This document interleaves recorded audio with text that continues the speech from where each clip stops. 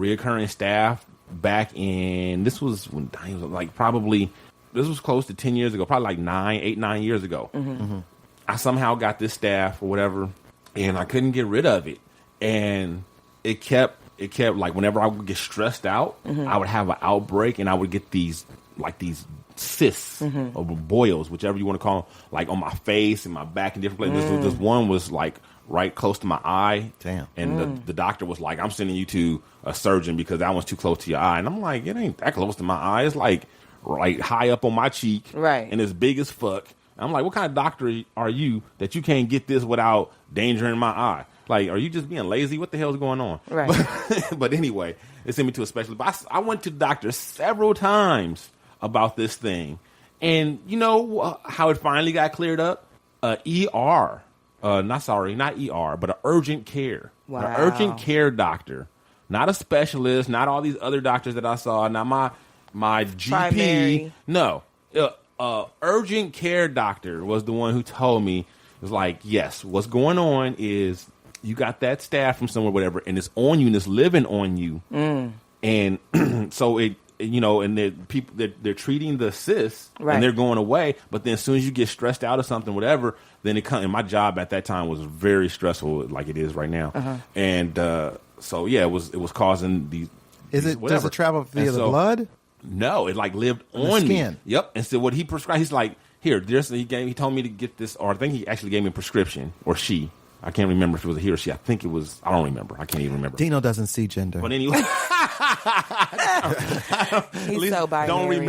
Don't remember gender. Anyway, the doctor gave me a prescription for some medicated wash, and it's like, okay, take the antibiotics, but this time use this special soap. Every time you take a shower, use this for X amount of days or whatever until it's all the way gone, and you kill it everywhere on your body, and then that way it won't come back. And that did it.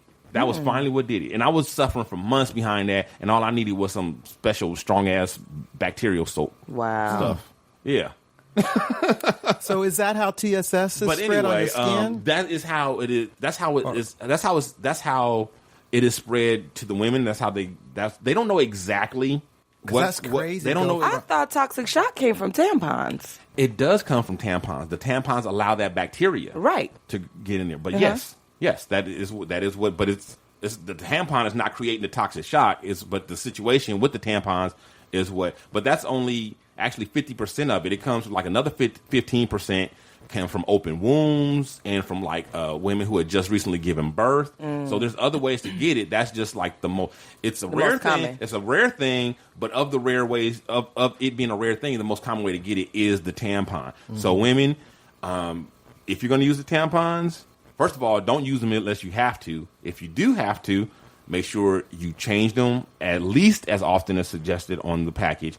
Also, make sure that you use the least absorbing kind, which I know seems counterintuitive because that's the whole purpose of them. Right. But the super absorbent ones are the worst ones. I didn't know that. Yeah, they said those are the worst ones. So you want it has something to do with the tampon sitting up in there collecting blood all the time, or whatever. No, that makes sense. Makes it.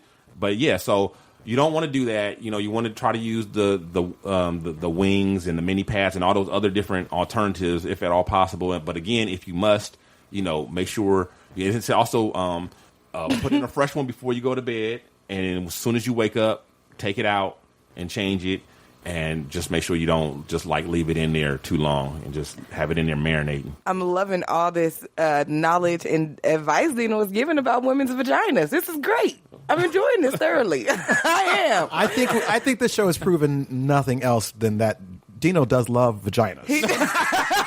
He knows a lot about them. He wants your vagina to be healthy and strong.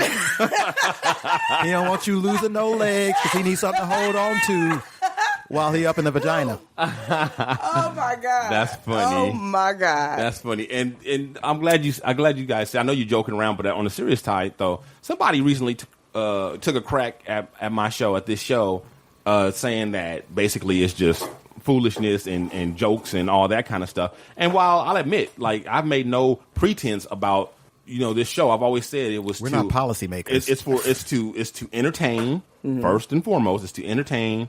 to inform, and to educate. Mm-hmm. And I think we do that.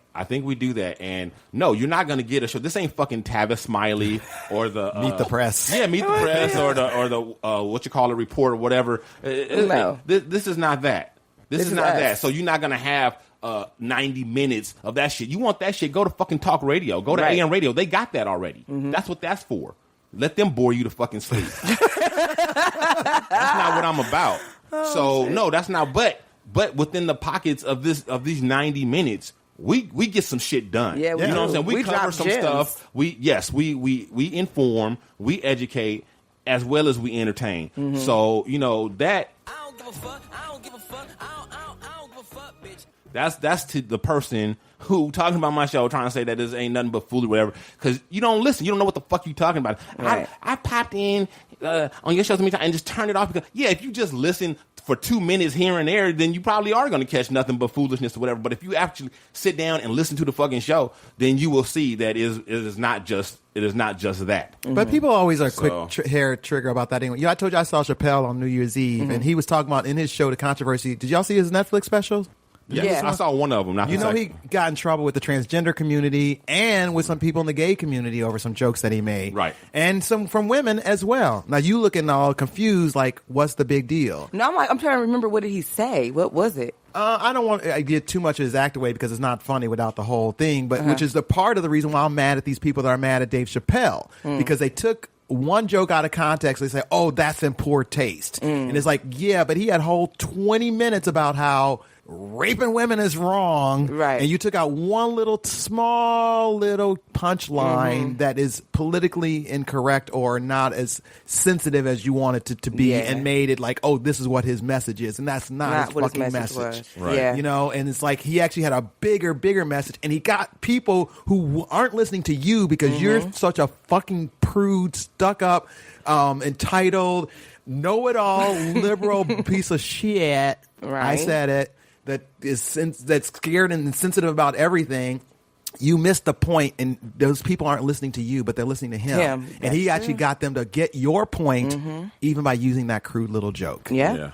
That's true. So to bring it back to toxic shock syndrome, the motto. That's hard to say, isn't it? It is. It is. Toxic shock syndrome. Lauren Wasser, TSS. Lauren Wasser has since become a spokesperson for it, trying to educate people about it. She's been going on tours and speaking, and I have a little clip of her. Her prosthetic leg is fly, by the way. Saying a little bit about it right here. They found me. They rushed me. Doctor, a massive. Why is the act dying? Thank God, an infectious. He said, well, does she have a? As soon as they found it to the lab, came back as.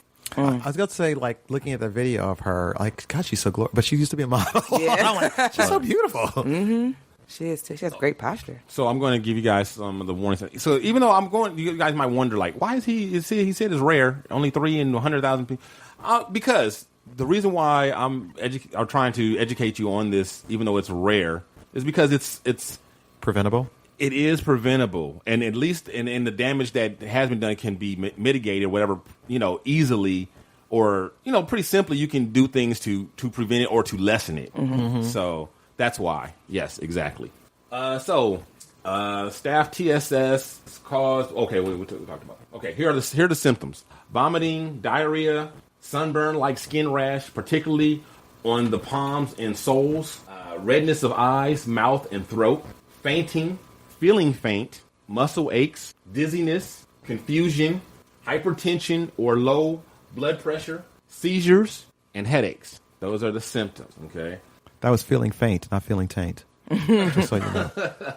So if you feel any of those and you have on a tampon, take it out immediately and take yourself to the ER post haste. Okay? Mm-hmm.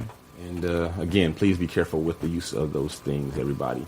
So Mexican YouTube star is shot 18 times in a brutal bar execution. Dang. Yeah, I saw this. Dang. Yeah. He was just a kid too, right? Just a kid. He was a kid. Young. Yeah, he was actually a YouTube star, had a really big following on social media. Like he's in high school. This all goes back to watch what you say to people. He's not in high school any longer. No, he was out of high school. I think he was. Okay. Yeah. But he's like 17 or 18. Yeah, he was like a fresh teen. Okay. Fresh out. Yeah. He was fresh out. But this just kind of goes back to you can't talk smack to people and not expect anybody to come and hurt you or retaliate on you. You got to be careful with the people that you insult. You got to be careful with the people that you insult because everybody doesn't take everything the same exact way. Okay, so this is just very unfortunate case of that. What Dejan's talking about? The YouTube star.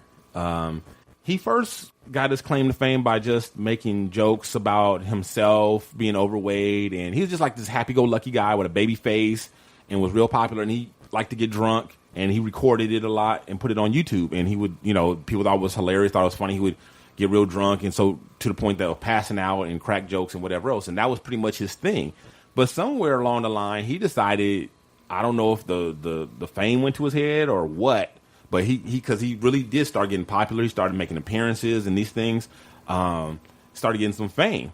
And I don't know if that went to his head or what, but he decided to start talking shit about one of the most notorious drug lords in Mexico. Yeah. Yeah. And he was like saying some things. I think he was telling him to suck his dick. Yes. Yeah, I think he was like exposing some things too, and saying that he wasn't afraid of them and all the things that they've done. And so, an army of his men burst into this bar, and he said, "Suck my dick." Yeah. And they shot him 18 Say times. Hello to my little friend. And one other, a bartender as well. Yeah, the bartender got shot and was killed. So yeah, it's. Do you ever think about that when we were on the air? Like you could say something, just a joke that could be like go too far. A little bit, but not much. I mean, I know I had somebody on the show before that was like really afraid to say about talk about Scientology. I fuck Scientology. I work on Hollywood Boulevard. Don't get me in. Killed. Right? For real. Well, these are the expressed views and opinions of Dino Red. I swear to God. Does not represent the rest of the Shiznit Show. I swear to Scientology. God. When I drive, because I live literally like, do I want to? Y'all in my business right now? I don't live too far from the from the Scientology buildings, but when I have to drive past there to go to the grocery store, and I always think I'm like changing when I drive past. I'm like, y'all not gonna steal my thoughts. Y'all not gonna steal my thoughts. Y'all not gonna steal my thoughts. Y'all not gonna steal my thoughts for real. When I drive past, I'm like, y'all not gonna steal my thoughts. I'm not gonna think about anything right now when I'm driving by because I know y'all recording and y'all reading my mind. What are you even talking about right now? They Scientologists. They not psychics. Well, still. Yeah, that has nothing to do. It's with like a creepy cult, and I don't trust them. That's all I'm saying. Here's the thing about so this is straight up. Actually, it's not a worry about that they're gonna kill me.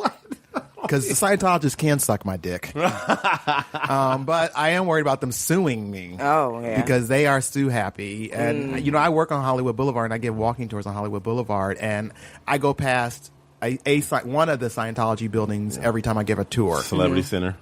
No, not the Celebrity Center. The one that's on Hollywood and Las Palmas. You don't know the name of it? No, because they own like 4 buildings on Hollywood Boulevard. It's near Hollywood and Highland. It's the one by the Egyptian Theater. Okay. And so I'm talking about the Hollywood Walk of Fame on this part of the tour. Mm-hmm. And there's some blank stars that are in front of their center.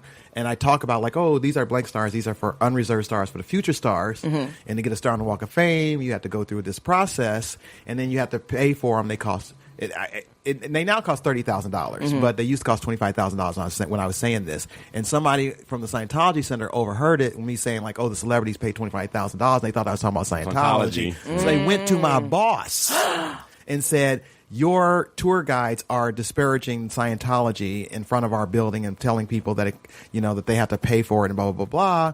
Which is true, by the way. Yes, but I'm not talking about their religion because I work for tips, so I'm not trying to offend nobody. Right. So not in your best interest. Exactly. So my boss confronts me because he's now worried the Scientologists are going to sue him. Right. And I'm like, well, once you heard $25,000, you know the script of the tour. Mm-hmm. You should have known what was up. And I told him what was up, and he's like, oh, okay, I get it. I'll talk to them. But I went back to take care of the situation myself. Of course. And I talked to this guy's supervisor, and I said, if your people have any beef with me and what I'm saying on my tour, they need to come to me. You go to my boss, my source of income, one more time, and you best believe I'm going to say some shit about Scientology. And I'm going to stand out here with a goddamn megaphone. That part. Sorry. Mexican YouTube star. I'm sorry you said suck a dick and got shot, but you went out to the wrong motherfucker. Mm-hmm. Yeah, you got to. I ain't telling Suge Knight to suck my dick. Ever. No. Ever.